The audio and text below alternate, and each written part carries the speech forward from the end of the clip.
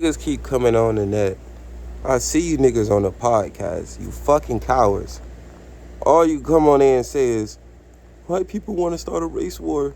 White people want to start a race war. Go buy body armor and a gun, dummy.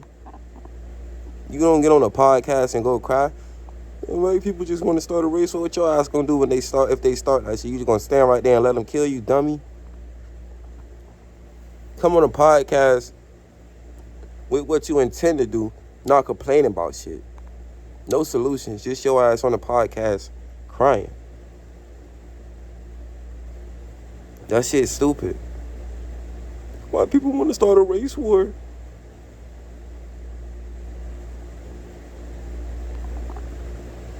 Niggas make me sick every time I see one of them niggas do that. Like, bro, we might as well knock you because you just stupid. I ain't gonna lie.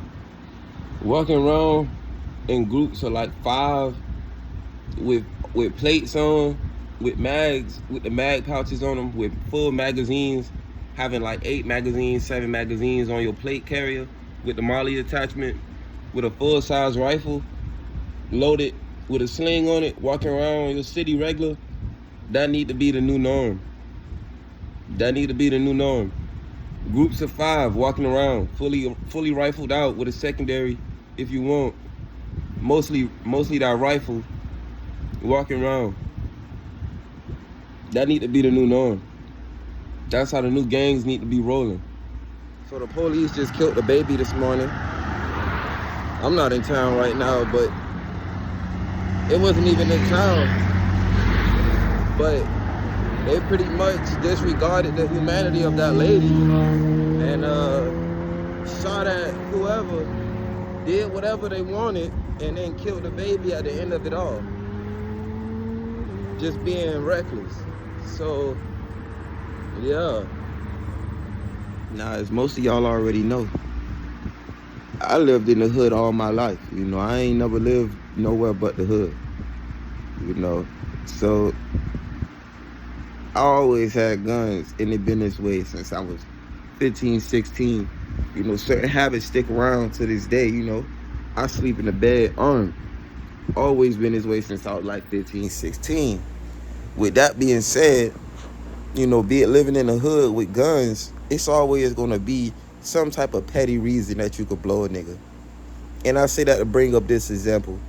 One day, after I done graduated all, I don't remember how long it had been since I graduated, but I'm in the crib chilling, sleeping, kind of still maintaining the school sleep schedule. So I'm waking up, you know, 7 to 8 in the morning, not too early because I was always late, but I woke up and went. So, you know, I wake up to a funny sound outside. So I look through the blinds. It's 2 little niggas rummaging through my dude's whip. The wheels pretty much hitting the lick type. Like, I'm watching these niggas hit a lick in real time. Now, with me knowing that my dudes purposely always never put nothing in her whip, maybe some old papers that a nigga who hitting the lick look at, and he not trying to see nothing but a check. If it ain't that, he gonna toss it. So that's pretty much what these little niggas was on. Like, I'm looking out the window, just looking at them for a cool 3-4 minutes. I'm just staring at these niggas thinking, like, I remember when I used to be a little nigga like them doing this type of shit. So I wouldn't just disregard their humanity because they just doing dumb shit, you know what I mean? Like, a lot of niggas would have seen them and said, oh, I'm about to get the banger and blow one of these little niggas over nothing. You feel what I'm saying? That would have pretty much been over nothing. So I'm just sitting there looking at them for a cool. I could have took pictures, took it back up to the school because I know where they went to school at. They went to the same school I went to. All that shit. I could have did any one of them things. But me, after looking out the window at these niggas and confirming that I had actually, these niggas was like freshmen when I was graduating. So, yeah. I remember seeing these 2 exact niggas. That's the crazy part. So I looked at these little niggas. I said, oh, man. To myself, I didn't say that to them. And then I popped the blinds a little bit more and beat on the window. And like, hey. The little nigga looked up. So he like, and went to I mean, these two little niggas took off. So one of them was standing right there like a bodyguard, facing away from the car. The nigga behind him was rummaging through the car with the glove box open, the middle console open. He trying to find shit. When I beat on that window, them niggas looked, said, oh, and took off so fast after that. Boy, I ain't never heard from them little niggas again. Long story short, a lot of these little niggas just be looking for a rush, trying to prove something to themselves or whatever they got going, you know what I mean? You know how that go. Being a young nigga that's ready for anything. And them the main niggas I suggest that they get their hands on some type of firearm, preferably an AK, and go strike. You know, go actually put in some work instead of wasting your time rummaging through cars in the neighborhood, in the hood, where broke niggas at. My dudes definitely wasn't rich, and you could tell by the car she drives she wasn't rich. But them little niggas really was just in it for a rush, trying to find something like a gun maybe, because you know you ain't gonna find nothing that's gonna help you build wealth in no hood. I was making my food and I got to thinking, you know, back in the day when people used to go to jail, they used to come back to a built house, you know, on a foundation and whatnot, to their family and stuff. Nowadays, when you go to jail, you come back, you $5,000 in debt from rent, bills, all type of other stuff. Family done moved, all. It's crazy. It ain't the same no more going to jail. And I think that play a major role in the way things is now too. A lot of people is like, why would I risk it if I'm gonna come back and have nothing? Like, I could pretty much starve out and die at that point. It make you think a little bit. So, you know, I say as a tribesman, you should be looking to own some property, even if it's just a little cabin that you built, got put in, dropped the septic tank, got somebody to plumbing and whatnot, and you know, just got ducked off, solar panels, all that. And that's not me saying you guaranteed to get booked. That's just me saying, as a man, period. You know, I say tribesman, but it really just mean any man. In this instance right here, you know, you should have some property, something you own, something you went out and found. You don't even have to pay for it. Just build on it. You know, who gonna stop you if you got a gun? Stay off this property, private property signs, well dug, solar panels, fucking septic tank, shit like that. Look out for yourself. Just went and picked up my new Amber ride. Check him out, It's the Holster series. Shit, Kevin Green. Cause I messed up my other holster, man. I put the clip on it, and this whole area right here, from here, behind the clip, all the way across, that shit snapped. I threw the holster on the ground and bounced, bro. I was just trying to put it under my jacket, cause I was doing something. Jaffa and the holster looking all nice, look at that. Nice.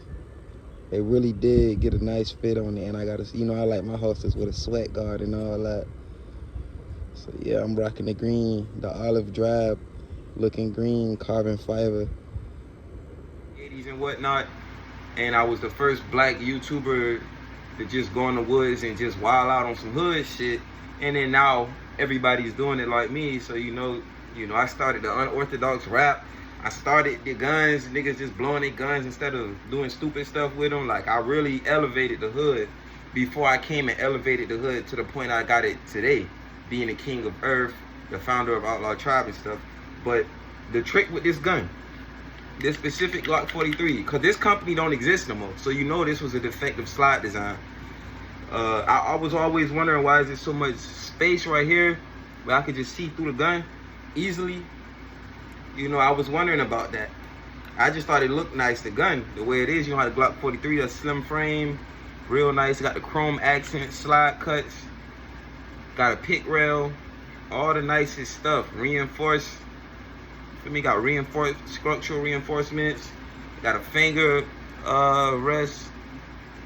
It got a counter recoil measure. Got an undercut. You know, the P80 frames came really decked out from the jump. So yeah, that's why I was like, well, I'm gonna just do a Glock 43. This gun cost $1,000 all said and done, just so people know.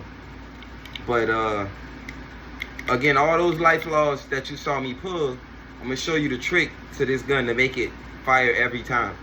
You gotta hold the trigger down when you shoot. When you shoot, keep the trigger depressed until the slide fully recycles. Like this. Let me see if I can. That's a fire. Okay, fire. Life loss. Okay, now at that life loss, if I hold the trigger down when it does that and cycle the slide, when I let it out, it's a full reset. See that? So even if it does that, I can just press it down, cycle the slide, it's unjammed. It fires. Will I trust my life with this gun? No, because you saw me fire repeatedly saying life loss because that misfire with this trigger. Now I don't know what's causing it, but I know this gun is assembled correctly because look, boom, reset, just like that. Look at how fast it reset when you do it right. And that's the striker dropping. So this is a defective slide, and that's why this company ceases to exist, because they used to be really popular. They made a lot of money, and I promoted their video. I promoted their product on a video that got over 500,000 views. I think the video is pulling up on 700,000 views right now, real views. So overall, they already done surpassed 1 million views just off my channel. Real engagement, comments, thousands, you know what I mean? And they cease to exist. What does that tell you? They had a very defective product. And I bought products from them multiple times. I did. My Glock 26, the biggest video on my channel is from these guys. Glock 43 video, these guys. You know, I did a lot of work with their guns, with their gun parts. Pretty much their guns, because P80, you could 3D print something like this that's even more modified than this and custom to what you like. So it's pretty much like this upper slide is like, you could throw this thing on anything. P80s go for $50 right now, I think. Like, they not even, people just done got back into regular guns. I was buying them when they was hot. You know, when I was buying P80s, they was like 150 to 200. Some sites were selling them for 350 and all. Like, if you wanted a ghost gun, when you didn't have no 3D printer, you was paying that P80 bread. But now 3D printers is out, so real nice. Boom. Look at that reset. That reset. Click. Bam. Really nice. Will I trust my life with this? No. But if this was all I had, you better believe I'm gonna hold that motherfucking trigger down to that cycle, to that action cycle, and get back right. Look, I got a smart little thing. Watch this. Watch what it do.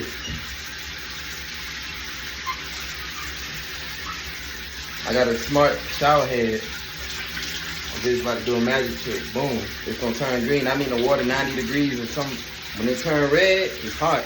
When it turns super red, that means it's dangerously hot. I got nothing but hot water running. It's powered off the water that come through the thing, but the water's so hot, I'm about to get ready to turn this off. But this shit, so I finally got in my Bulgarian 40 rounders with the reinforced feed lips. As you can see, it's steel. You can see the shininess of the steel. These the AK 40 rounders, and for comparison, this is a 30 round mag pull from AR. This is pretty much the standard of ARs. You can see right there, 5.56 by 45.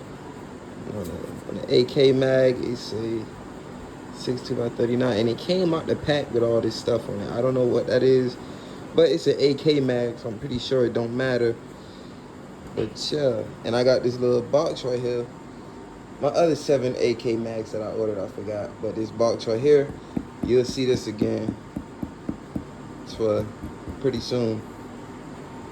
But yeah.